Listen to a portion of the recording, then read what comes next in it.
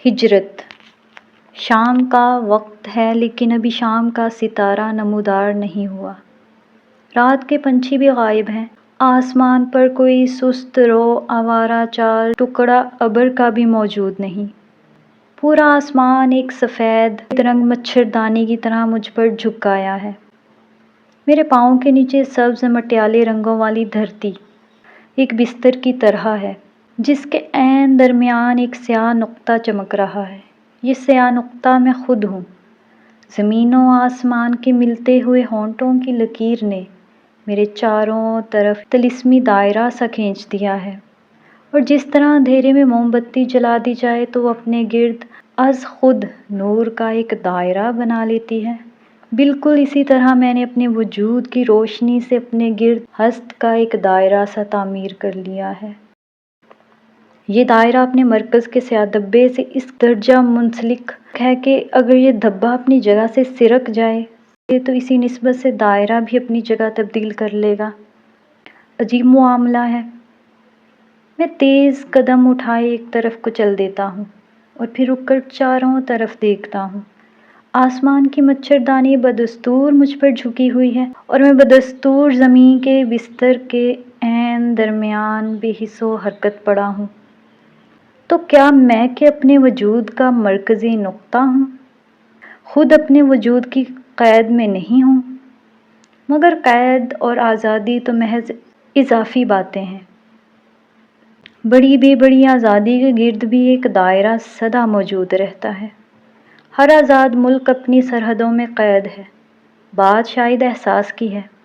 میرے لیے کبھی تو میرا چھوٹا سا کمرہ بھی بے کنار اور لامتناہی ہے، اور کبھی لامحدود کائنات بھی ایک بندی خانہ ہے، اور کبھی کبھی مجھے یہ بھی محسوس ہوا ہے کہ جیسے میں خود اپنے بدن کی چار دیواری میں بند ہوں، مگر دوسرے ہی لمحہ ایک اور احساس نے مجھے گدگدایا ہے کہ اگر میری تحویل میں میرا بدن نہ ہوتا تو میں اپنے پانچوں حسی آلات سے محروم ہونے کے باعث اپنے ارد گرد کی دنیا تک کا ادراک نہ کر سکتا۔ تو کیا میرا یہ احساس آزادی محض اس لیے نہیں کہ میں اپنی جسم کی قید میں ہوں؟ سچ بات تو یہ ہے کہ ہر دائرہ ایک گھونسلے کی طرح ہے جس میں اس کا مرکزی نقطہ ایک پرندے کی طرح منقار زیر پر ہے، یا شاید فطرت نے ہر مرکزی نقطے کے لیے ایک دائرے کا اہتمام کیا ہے۔ پرندے کو گھونسلہ، بچے کو ماں کی گود اور زندگی کو زمین کی کوکھ عطا کی ہے۔ فطرت کی نظروں میں دائرہ بیک وقت زندگی کے لیے ایک ناقابل تسخیر فصیل بھی ہے اور ایک آرام دہ جھولا بھی۔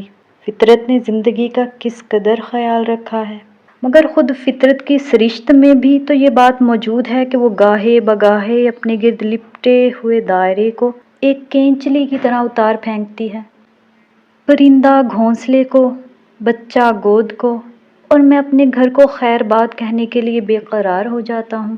ہجرت فطرت کی ایک ناقابل فہم ادا ہے جو بیک وقت ایک کرب انگیز تجربہ بھی ہے اور تازہ معانی سے لبریز ایک واردات بھی۔ مجھے فطرت کی یہ ساری ادائیں پسند ہیں۔ اس کی وہ ادا بھی جب وہ بڑے پیار سے مجھے اپنے پروں میں سمیٹ لیتی ہے، وہ بھی جب وہ پر مار کر مجھے اڑا دیتی ہے۔ مگر اڑانے کا یہ عمل ہے بالکل عارضی نوعیت کا، کیونکہ جب میں تھکا ہارا اگلے پڑاؤ پر پہنچتا ہوں تو کچھ زیادہ عرصہ نہیں گزرتا کہ میں دوبارہ مرکز ہست بن جاتا ہوں۔ یوں لگتا ہے جیسے نور کی ایک لکیر سی میرے اندر سے نکل کر ایک قوس کی صورت میرے چاروں طرف گھوم گئی ہے اور میں پھر سے اپنے وجود میں قید ہو گیا ہوں۔ شاید زندگی کی کہانی اس طوائف کی کہانی سے مختلف نہیں جسے شہر کے معززین نے شہر بدر کر دیا تھا، مگر جس کے گرد کچھ ہی عرصہ کے بعد ایک پورا شہر اگ آیا تھا۔ جب میں فطرت کے پروں تلے ہوتا ہوں تو زندگی ایک بنے بنائے ضابطے کے تحت بسر ہوتی ہے۔ خود مجھے ہر دم یہ وہم ستائے رکھتا ہے کہ اگر میں نے ضابطے کو چھوڑا یا دائرے کی لکیر کو توڑا تو مجھ پر کوئی بلائے ناگہانی نازل ہو جائے گی۔ صبح سویرے اٹھتا ہوں تو ہمیشہ شیو کرنے سے پہلے دانتوں پر پیسٹ کرتا ہوں، جیسے اگر میں نے پہلے شیو اور بعد میں ٹوتھ پیسٹ کی تو قیامت آ جائے گی۔ باہر جانے کے لیے کپڑے پہنتے ہوئے اس بات کا اطمینان کر لیتا ہوں کہ میں نے اپنی قمیص کا تیسرا بٹن بند نہیں کیا، کیونکہ کسی غیبی آواز نے مجھے بتا دیا ہے کہ اگر غلطی سے بھی یہ بٹن بند ہو گیا تو خوش بختی کی دیوی مجھ سے ناراض ہو جائے گی۔ گھر سے نکلتے وقت سڑک کے کنارے کے کھمبے کو بوٹ کی نوک سے ہلکی سی ٹھوکر لگانا ضروری ہے۔ واپسی پر اسی کھمبے پر تھوکے بغیر گھر میں داخل ہونا خطرے سے خالی نہیں۔ میں اپنے معمولات کی ایک ایک شق پر نظر رکھتا ہوں۔ اٹھنا، بیٹھنا، چلنا پھرنا، ورزش کرنا اور نہانا، یہ سب کچھ ایک خاص ضابطے، ایک خاص ریچول کے ماتحت ہو تو جان کی سلامتی ہے، ورنہ کچھ نہیں کہا جا سکتا کہ کسی بھی وقت کیا نہ ہو جائے۔ اگر کبھی اس قاعدے اور روش میں ذرا سی بھی تبدیلی آتی ہے تو دل کسی انجانے خطرے کو محسوس کر کے کانپ اٹھتا ہے۔ فطرت نے اس بات کا خاص اہتمام کیا ہے کہ میں اس کی بنائی ہوئی گھاٹیوں سے ہرگز باہر نہ آؤں۔ جس طرح سورج کے طلوع و غروب میں باقاعدگی ہے اور موسم خاص ترتیب میں ایک دوسرے کا تعاقب کرتے ہیں، بالکل اسی طرح فطرت کا یہ تقاضا ہے کہ میں اس کے ضابطۂ حیات سے سر منہ انحراف نہ کروں۔ خود مجھے فطرت کی نرم اور ملائم انگلی کو تھام کر چلنے میں ایک عجیب سا سکون ملتا ہے، جیسے میری نبض اس کی نبض سے ہم آہنگ ہو گئی ہو۔ لیکن کیا میں نے یہ ضابطہ، یہ پیٹرن، یہ زندان اپنے لیے خود تعمیر نہیں کیا، یا شاید فطرت نے میرے لیے تعمیر کیا ہے؟ ہو سکتا ہے کہ خود فطرت اپنے ہی ضابطے کی قید میں ہو۔ سو جب کبھی میرے دل میں یہ آرزو مچلتی ہے کہ میں اپنے زندان کی دیواروں کو توڑ کر دانہ گندم کی لذت سے خود کو آشنا کروں اور پھر ایک طویل ہجرت میں مبتلا ہو جاؤں، تو کیا یہ بغاوت خود فطرت کی طرف سے نہیں ہوتی؟ چلو مان لیا کہ یہ بغاوت فطرت کی طرف سے ہے، مگر میں یہ پوچھتا ہوں کہ یہ ہے کس کے خلاف؟ کیا فطرت خود اپنے خلاف بغاوت کرتی ہے؟ کیا بغاوت کرنا بھی اس کی شرست کا ایک زاویہ ہے؟ امکان تو یہی ہے، ورنہ اس کا ارتقاء کب کا رک چکا ہوتا۔ سو اصل چیز ہجرت ہے۔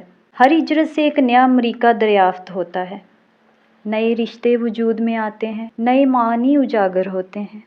ہجرت میں مبتلا ہوئے بغیر آئینہ دل روشن نہیں ہو سکتا۔ ہجرت سے صدیوں کا زنگ اترتا ہے، آنکھوں میں چکا چوند پیدا ہوتی ہے، اپنے پرائے کا فرق دکھائی دینے لگتا ہے۔ ہجرت کے بغیر زندگی نامکمل ہے، چاہے ہجرت ایک شہر سے دوسرے شہر کی طرف ہو، ایک حویلی سے دوسری حویلی کی جانب، یا ایک بدن سے دوسرے بدن کی۔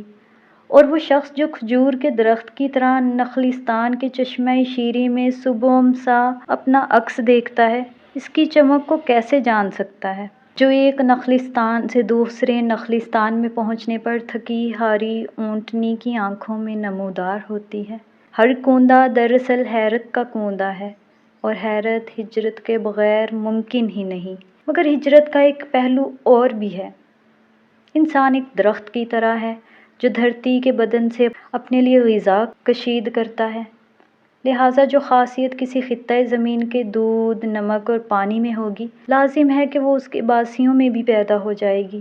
آخر میں تو دھرتی خلقہ خدا کو خود سے اس طور چمٹا لیتی ہے کہ من تو شدم تو من شدی کا منظر دکھائی دینے لگتا ہے۔ سارے لوگ ایک ہی رنگ میں رنگے جاتے ہیں اور ایک ہی نمونے کے مطابق بنے ہوئے نظر آنے لگتے ہیں۔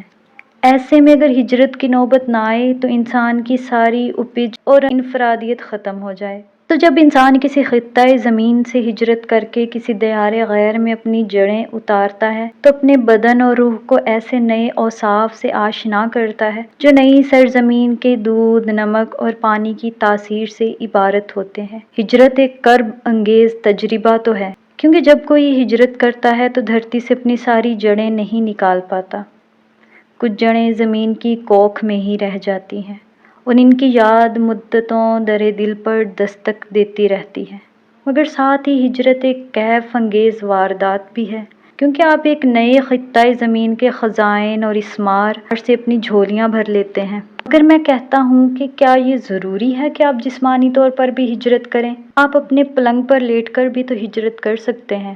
میری طرف دیکھیے، میں شاید ہی کبھی گھر سے باہر جاتا ہوں، مگر ہر شب جب آسمان پر ستارے چمکتے ہیں تو میں اپنی زمین سے منقطع ہو کر لاکھوں کروڑوں روشنی کے سالوں کا سفر کر کے نئی نئی سرزمینوں میں پہنچ جاتا ہوں اور پھر وہاں کے نمک، پانی اور دودھ سے خود کو تر و تازہ کر لیتا ہوں۔ اگر ایسا نہ کر سکوں تو ہوا کے اس سمندر کی تہ میں ہی بیٹھا رہ جاؤں جو میری اس کرۂ ارض کے گرد پھیلایا گیا ہے اور جس کی گہرائی چند ہزار فٹ سے زیادہ نہیں۔ سوچتا ہوں یہ کیسا بندی خانہ ہے، ہوا کا زندان، جو بیک وقت میری آزادی کا دشمن بھی ہے اور اس کا معاون بھی، کیونکہ اگر ہوا نہ ہو تو میں سانس کیسے لوں؟ سانس نہ لوں تو دیکھ کیسے سکوں؟ دیکھ نہ سکوں تو پھر ہوا کے اس زندان کو توڑ کر ستاروں کی دور افتادہ دنیاؤں تک کیسے جا سکوں؟ زندہ کیسے رہوں؟ اسی لیے، ہاں اسی لیے، اے دھرتی کے سینے سے چمٹے ہوئے لوگوں، آؤ ہجرت کریں، ایک دوسرے کی طرف پل بھر کے لیے ملیں اور پھر جدا ہو جائیں۔ جدا ہوں تو اس عزم کے ساتھ کہ ایک بار پھر ملاقات ہوگی۔ ہر ملاقات ہجرت کا ثمرِ شیریں ہے، تجدید ذات ہے، مگر اس کے اختصار ہی میں اس کا سارا حسن پنہاں ہے۔ کیونکہ اگر ملاقات طویل ہو جائے تو پھر کہنے سننے کو کچھ نہیں رہتا، سب لوگ ایک دوسرے کے لیے کھلی کتاب بن جاتے ہیں، بلکہ ایک دوسرے کو حفظ ہو جاتے ہیں، کوئی اسرار، کوئی حیرت باقی نہیں رہتی، اور جب زندگی سے حیرت منہا ہو جائے تو باقی صرف ٹیلی فون کی ڈائریکٹری بچتی ہے۔ ہر شخص کا ایک ٹیلی فون نمبر مقرر ہے، اسرار صرف اس وقت نمودار ہوتے ہیں جب کسی دلچسپ سے رانگ نمبر سے رابطہ قائم ہو جائے، مگر رانگ نمبر ڈائریکٹری میں درج نہیں ہوتا۔